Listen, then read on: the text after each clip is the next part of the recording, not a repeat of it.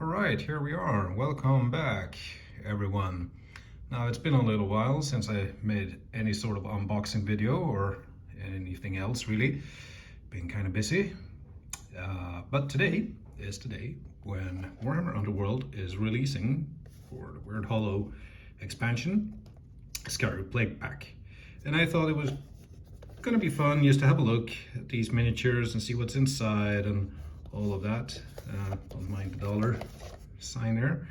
So yeah, let's have a look what's in this box. Oh, of course it's childproof. Hang on. Now, I haven't played Underworld in some time because I'm not really up to date with the rules and such, but it comes in a neat little box. Cool. Didn't used to, but I wanted to have these miniatures because they just look so amazingly cool. Before we have a look in the actual box, let's see. This is probably just the assembly guide. I take it, yeah. So all of these are push to fit. I don't like that at all, actually. So usually what I do is, I mean, if there's an easy way to just push fit everything, then sure. But many times I find myself having some trouble with these push to fit because I don't know, it's just that they kind of seem to be a little bit off and weird and all that. But so sometimes I just kind of snip it and then just kind of glue it in there instead. But yeah, let's have a look at the miniatures before I say anything else. So yeah, let's start with the miniatures. So today is the release date of these, and at some point I'm going to be playing with them, of course, but yeah.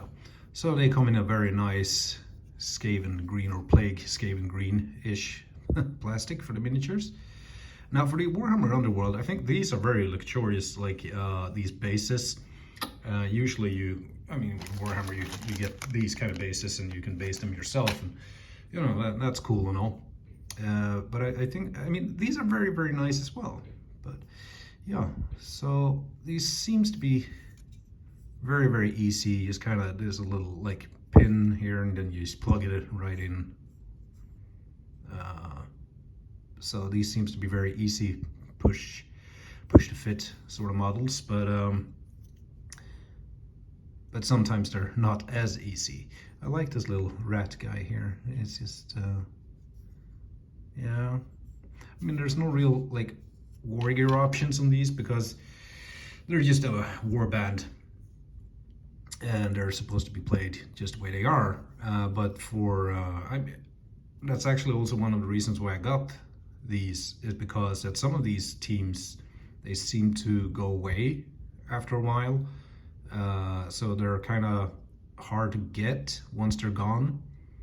And yeah, that's why I just wanted these, because maybe at some point I'll pick up a Skaven army for Age of Sigmar, and who knows, then maybe I can play with these as well. So as always, amazing detail. And these, like, you can see like every little detail here on the rat's face, the staff here. Just looks amazing. Like the whole, like an oak branch, the smoke here, like that little incense thing that they carry around with them. Just amazing detail as always. And yeah, I'm looking forward to paint these guys, but I have a lot of other things here in the background, as you can see, that needs to be painted first. Building up the pile of shame, as they say. But yeah, so yeah, Skaven, very cool guys indeed. And just amazing details. So very cool gang, I think, with the whole plague rat sort of thingy. So now let's have a look at the actual deck. And again, it's childproof, so I need to get it in here somehow. like, I'm a grown man, or I pretend to be at least, but like I can't figure out how to open some of these child-proof, just, ugh. Okay, so what is this? This is probably just some lore plot card. Oh yeah, when a territory becomes corrupted, it remains corrupted until the end of the next action phase. A territory can be corrupted by multiple war bands at the same time. So yeah, here are some rules, and there are some lore. Yeah, we're just gonna put that in the back so once we get back to it. So yeah, this is the leader. 2 or more territories are corrupted by your warband. Now, what is a territory? Is it like one of the whole boards? Because that's quite a lot. If you need to take like all the objectives there before it gets corrupted. Or priest Befua, is that the plague seeker? I don't know how to pronounce that, but he seems to be having some. I mean, as Skaven, they're always kind of fast, so 4 seems actually a little bit slow for them.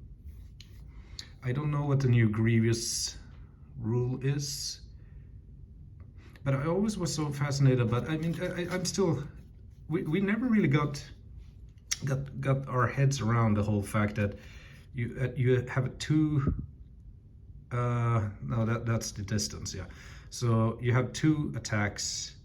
You need 1 hammer, and you only have like 1 defense die. I don't know. It just was a little bit weird sometimes how things worked out. Skiding, I remember that is the part where you actually can attack multiple enemies if you're adjacent to them. Minion Befouler.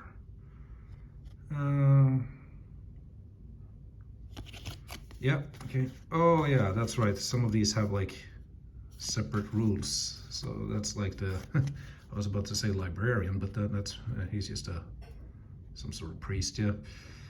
Book of the Woe action. Roll 1 magic die for each enemy fighter in the same territory as this fighter. On a roll of a spinny thing, deal 1 damage to that fighter.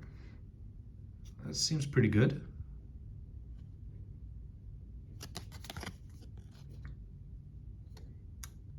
Yeah. So he's the wizard. Didn't they used to have an icon as well, I think? Yeah. Oh wow, look at this guy's face. It's just so vicious. Grievous. Like I said, I haven't played Warhammer Underworld in some time, so I'm not sure about the rules anymore.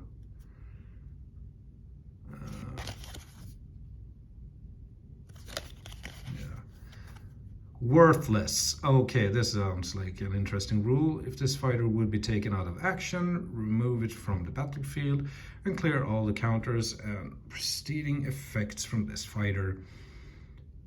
It is not taken out of action. So basically, if this has a lot of like tokens on it and is killed, then he's out of action. Like this guy actually has a different. He has like a little claw symbol. Again, I'm not sure if this is just. Yeah, minion, but I think the other ones also had like the minion. I'm not sure what that is about. Infected bite. Yeah. Love that they call it worthless. It's just, yeah, they know what they're doing. So, oh yeah, these are the just like objectives. 2 or more friendly minions are within 2 hexes of a friendly leader. And those minions are in no one's enemy territory. Seems very easy to score, but it's not a lot of points either. Yeah, okay, I'm just gonna go through this because I'm not gonna read every single one of them. If you want to pause and have a look, that's completely up to you. 3 or more territories. Yeah, so if you play basically 1-on-1, then this card is pretty much worthless.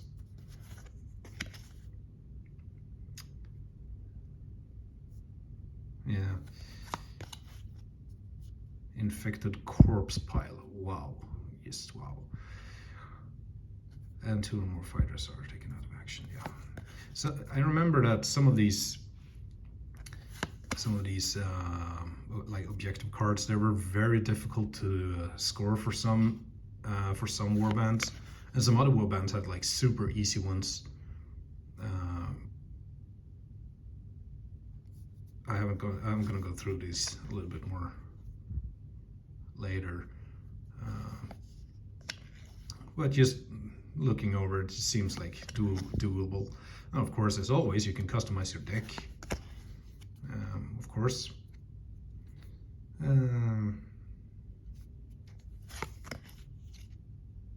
Gambit, Ploy, Festering, Sneak. Choose a friendly minion pushed, shows a minion up to 2 hexes. After that push, that minion must be adjacent to one or more enemy fighters and or a friendly leader. Yeah, sure, I mean, it depends if you want to score some mobility, whatever. Excuse me. Yeah. Oh yeah, they're restricted to priests. Oh yeah, so he was a priest, the guy with the book, I take it. Actually, let's have a look at that later. That's for the leader. Whoa. Rancid Vomit. I love these like Nurgle gambits. Vile Blood. Yeah. Here are some upgrades. I always found it difficult to get upgrades because I mean you only play like 3 rounds, and +1 defense is always nice, and disgusting appearance. Like nobody wants to be close to me. But it was kind of hard to get like these upgrades. So and I mean, if you haven't really scored any victory points, it was just very difficult to get some of those upgrades. And yeah.